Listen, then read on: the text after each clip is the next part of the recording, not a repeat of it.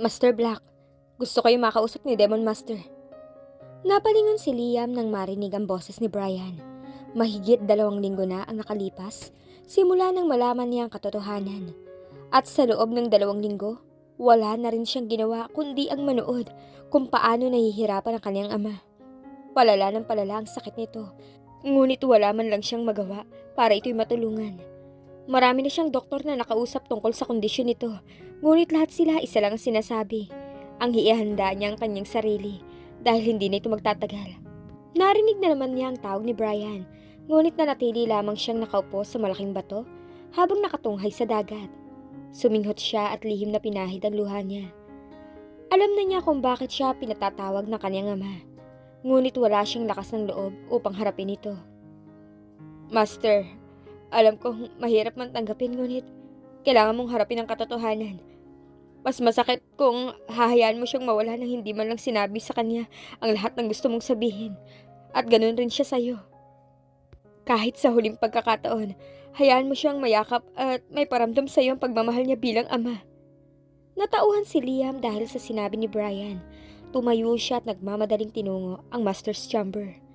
Malalaki ang kanyang mga hakbang na lumapit sa kama ng ama. Halos wala ng kulay ang mukha nito dahil sa sobrang putla.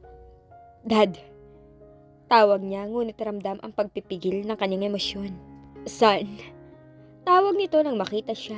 Hindi na maayos ang pagsasalita nito at halos wala ng boses. Bahagya siyang yumuko at inilipat ang tainga sa bunganga nito upang marinig niya ang gusto nitong sabihin. Habang nakikinig siya, makikita na rin ang hindi makapaniwala na reaksyon sa kanyang mga mata. Alam niyang sinadya nito na ibulong lang sa kanya upang hindi marinig ng iba kung ano man ang sinabi nito. Promise me, son. Yun lang ang tanging narinig ng lahat ng mga nandoon. Kahit ang doktor at alalay nito.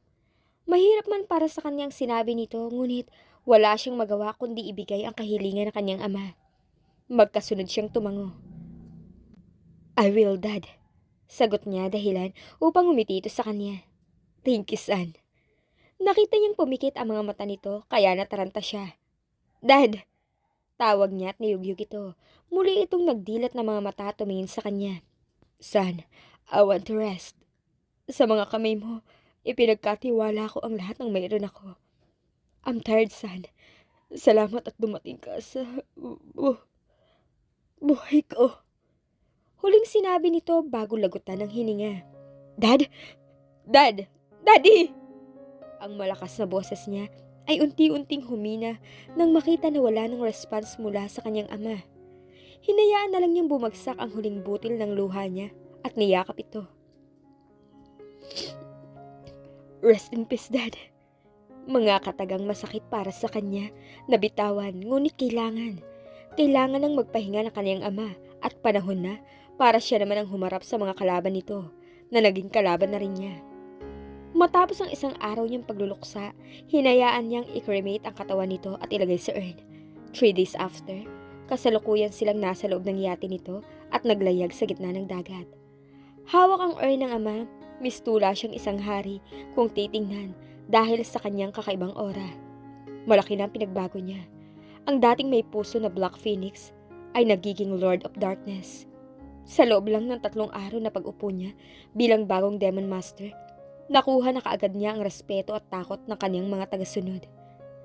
Kahit si Brian nagtataka kung saan nakuha ng kanyang master ang sobrang lakas niya dahil nakaya nitong labanan ang mga highly trained assassin ng planetarium. Ilang araw nakalipas bago ilibing ang ama. Kahit gumamit pa ang mga ito ng maraming technique sa pakikipaglaban, tila walang humpay ang lakas ng master niya. Lahat ng sumusuko naging tagasunod nito at lahat ng lumalaban nawawala. Isang beses lang magsalita ang master niya. Isang beses lang ding magbigay ito ng pagkakataon upang mabuhay ang gustong lumaban. Kapag pinili ng mga ito na lumaban, kahit pa magsabi na susuko na lang dahil nagbago ng isip, hindi na nito pinakikinggan. Walang puwang sa master niya ang second chance. Kaya yun ang kinatatakutan ng lahat.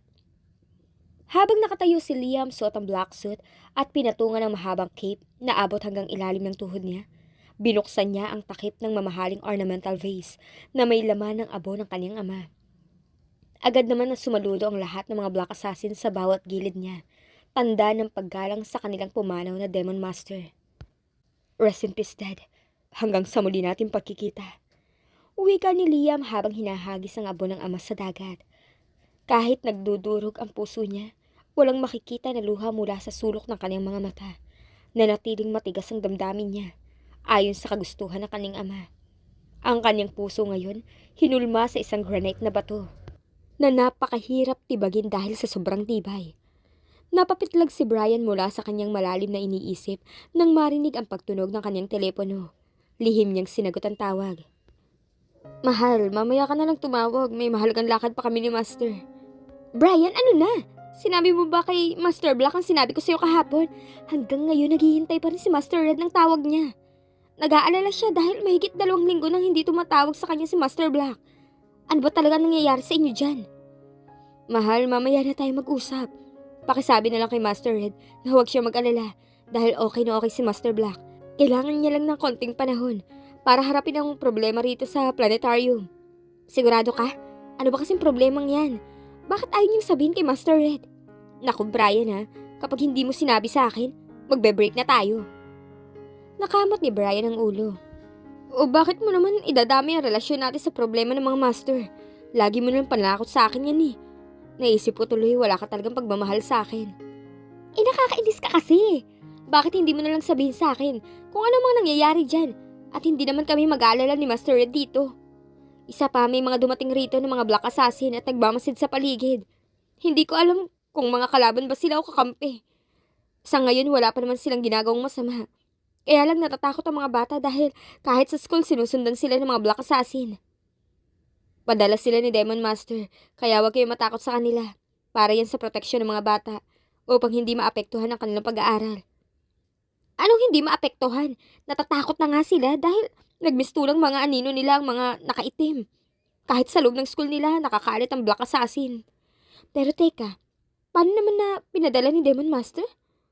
Humingi ba si Master Black ng tulong sa kanya para magpadala rito ng mga Black Assassin?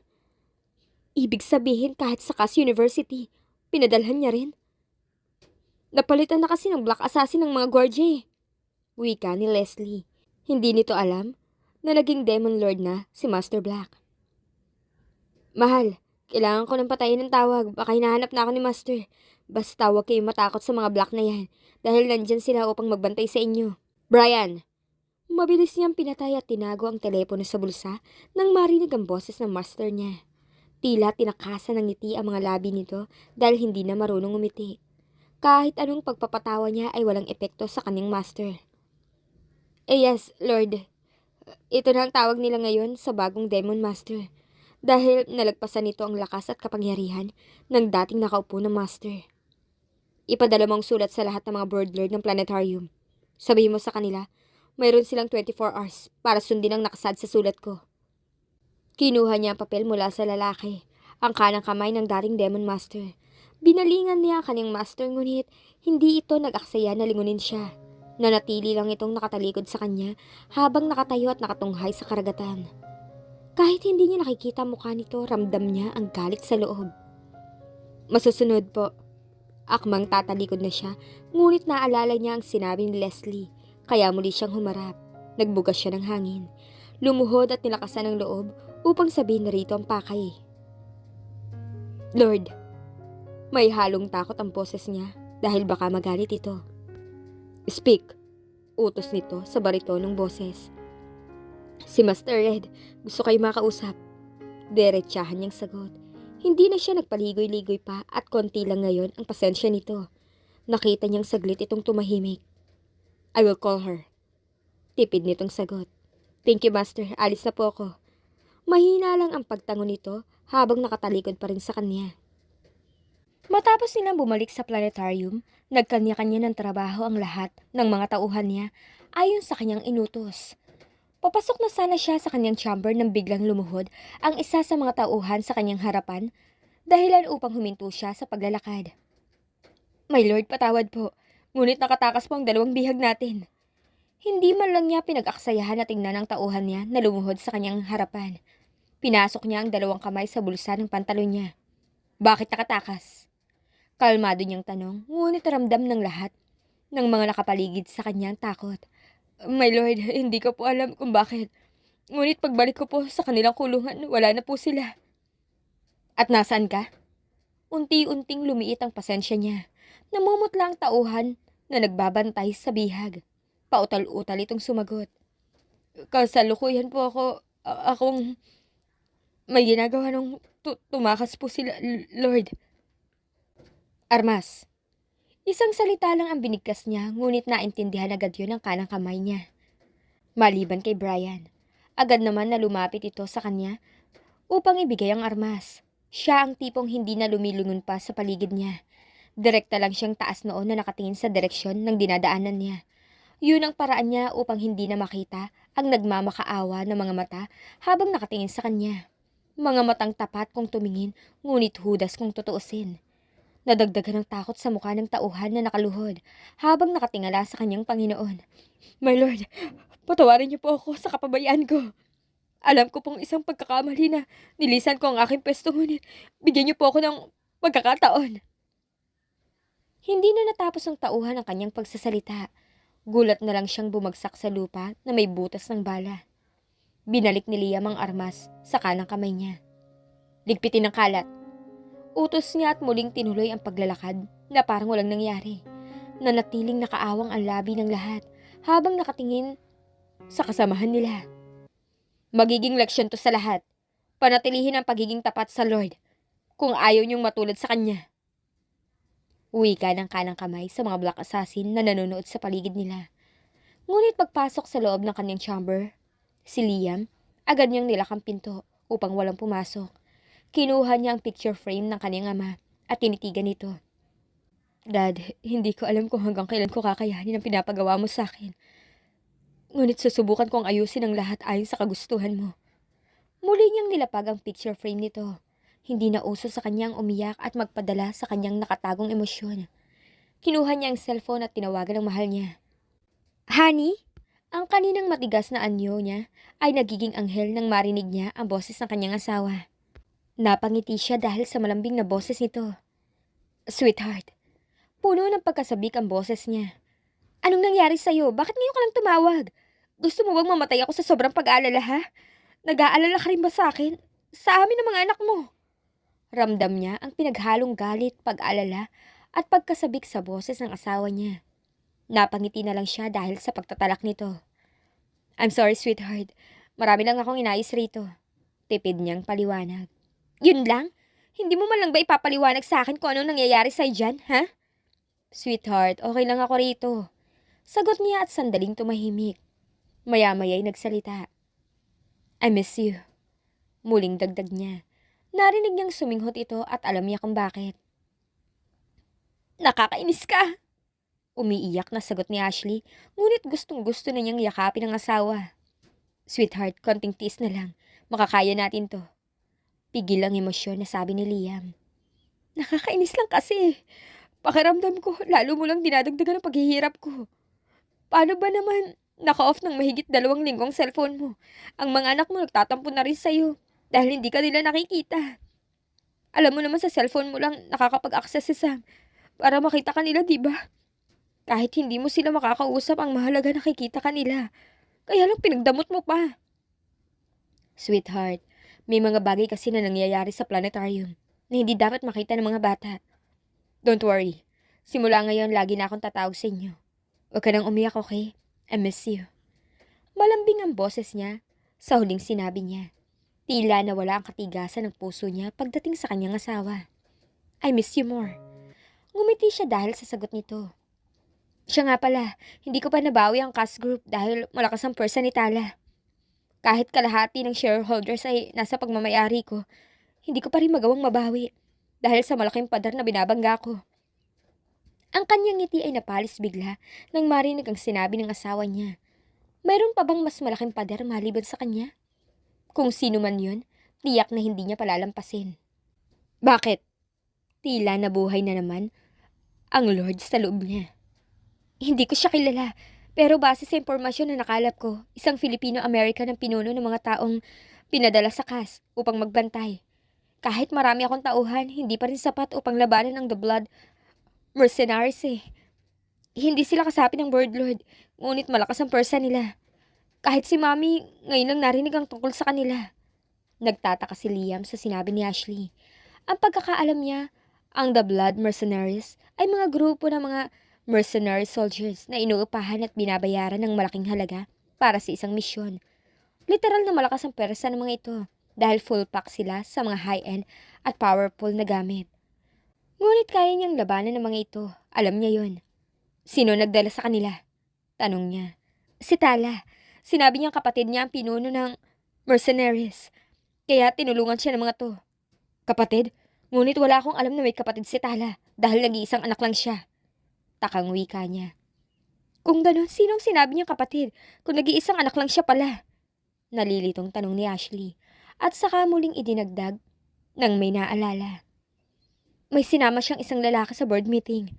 Tinawag niya tong kuya at yun ang tumulong kung bakit hindi ko nabawi ang cast group. Sweetheart, mababawi mo ang cast bukas. Pumasok ka na sa opisina. Pero paano? Nag-aalinlangan na tanong ni Ashley. Ako ang bahala, trust me. Matapos ang kanilang pag-uusap, ini-off niya ang telepono at pinatawag ang kanyang kanang kamay. My lord. Sabi nito sa kanyang harapan. Tumayo siya mula sa gintong upuan niya at kumuha ng wine mula sa wine cabinet. Silalinan niya ang kopita at nilagok yon. Binalingan niya ang alalay. Alamin mo kung sinong pinuno ng mercenaries. Sabihin mo gusto ko siyang makausap. Masusunod, my lord. Akmang tatalikod nito nang muli siyang magsalita. Ipadala kay Brian ang kalahati ng Black Assassin sa Pilipinas. Tapusin ang misyon doon sa loob ng isang araw. My lord. Muling yumuko ito bago nagpaalam. Umigting ang panga ni Liam matapos isara ng kanang kamay ang pinto. Mukhang kailangan niyang palabasin ang lahat ng mga Black Assassin na nasasakupan niya. Patindi ng patindi ang kalaban nila ng kanyang asawa. Gayunpaman lalaban siya at sisiguraduhin na mananatiling lihim ang pagiging Demon Lord niya. Sam! Why did you do that? Galit na wika ni Gab habang hinahabol ang kapatid sa paglalakad. Kasalukuyan silang nasa loob ng kasko. Kung dati hiwalay sila ng eskwelahan, ngayon dalawa na sila ang nag-aaral dito. Alam rin ng lahat na kambal sila na anak ng CEO.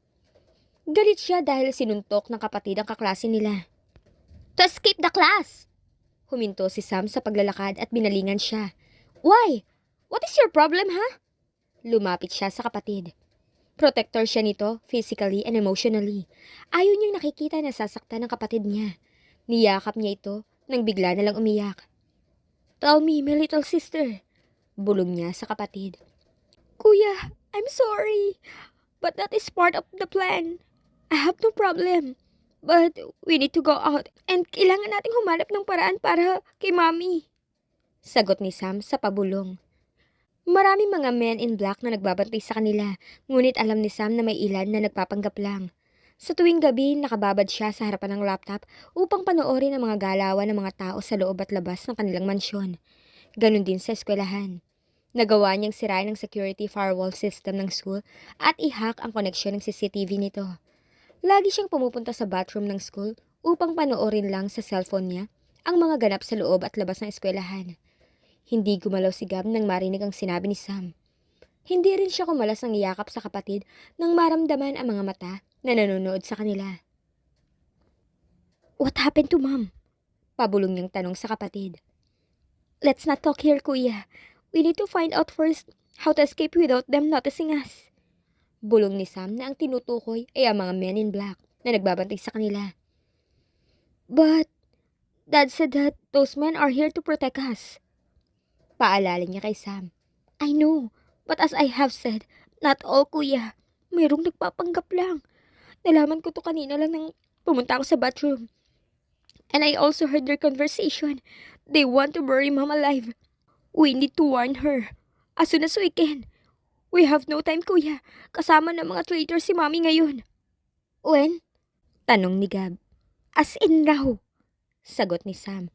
Kumala sila ng yakap sa isa't isa at sandaling nag-usap ng mga mata sa mata. Pumunta ang mami nila sa cast group kanina upang muling bawiin ang cast ayon sa inutos ng kanilang ama. Ngunit may problema dahil kasama nito ang mga nagpapanggap na tauhan na kunwari kampis sa kanila. Mabuti na lang at naisipan ni Sam na i-check din ang sitwasyon ng ina sa pamamagitan ng cellphone nito. Sabay silang nagmamasid sa paligid. Nag-iisip kung paano tatakasan ng mga men in black. Nang maalala na mayroong sikretong lagusan ang likod ng kanilang library, doon sila dumaan. Bawal pumasok ang mga men in black sa loob ng library. Kaya advantage ito para sa kanila upang hindi sila masundan. Yo! Kuya! Ang baho! Reklamo ni Sam parang duduwal. Hindi niya akalain na sa ilalim ng tunnel na dinadaluyan ng drainage ang lagusan na dinaanan nila mula sa library. Nagpalingali-linga si Gab habang hawak ang kapatid. Sinanyasan niya ito na tumahimik at tinuro ang itaas kung saan makikita nila ang maraming men in black na nakatayo. Yumuko sila at dumaan sa gilid ng tunnel upang hindi sila masilip sa ibaba. Kuya, malayo pa bang lagusan dito? Tanong ni Sam habang panay ang tanggal ng mga dumi sa kanyang puting uniform. Malapit na tayo. Konting tiis na lang. Sagot ni Gab. Hindi niya pinansin ang kaartehan ng kapatid. Takot na baka may mangyaring masama sa kanilang ina ang namayani sa dibdib niya. Ah! Ouch! Baho, kuya! Ang sakit! Mabilis na tinakpan ni Gab ang bunganga ni Sam nang bumulhayaw ito ng iyak. Agad niya itong tinulungan na makatayo mula sa pagkadulas. Come on! Humawak ka sa leg ko! Puwersahan niyang binuhat ang kambal niya at nagmamadaling sinundan ng sinag ng araw sa labas. Madilim ang loob ng tunnel na dinaanan nila kaya nadulas ang kapatid niya kanina. Binaba niya ang kapatid nang makarating na sila sa bukana ng tunnel. Sumilip siya sa siwang at nagmamasid sa paligid. Halika, kaya mo ba ang maglakad? Chinek niya ang paa ng kapatid. Sinubukan ni Sam na unti-unting ilakad ang paa. Nang medyo kaya niya na, sakalang sila lumabas sa tunnel. Kuya, where are we now? Tanong ni Sam na may pagkalito sa paligid. I know this place, tambakan to ng basurahan. Sagot ni Gab ngunit agad niyang hinatak si Sam nang makita ang mga men in black na may hatak-hatak na katawan ng babae. Bigla silang kinabahan. Nagtago sila sa mga damuhan at pinanonood kung ano ang ginagawa ng mga lalaki. Ma'am! Mabilis na tinakpan ni Gab ang bunganga ng kambal nang makita itong sisigaw. Nararamdaman niya ang panginginig ng katawan ng kapatid dahil sa pagpigil na pag-iyak. Shh! Hindi natin maliligtas si Mom. Kapag pati tayo mahuhuli nila. Bulong niya sa kapatid. They're bad people. They betrayed Dad. Humihikbi na wika ni Sam.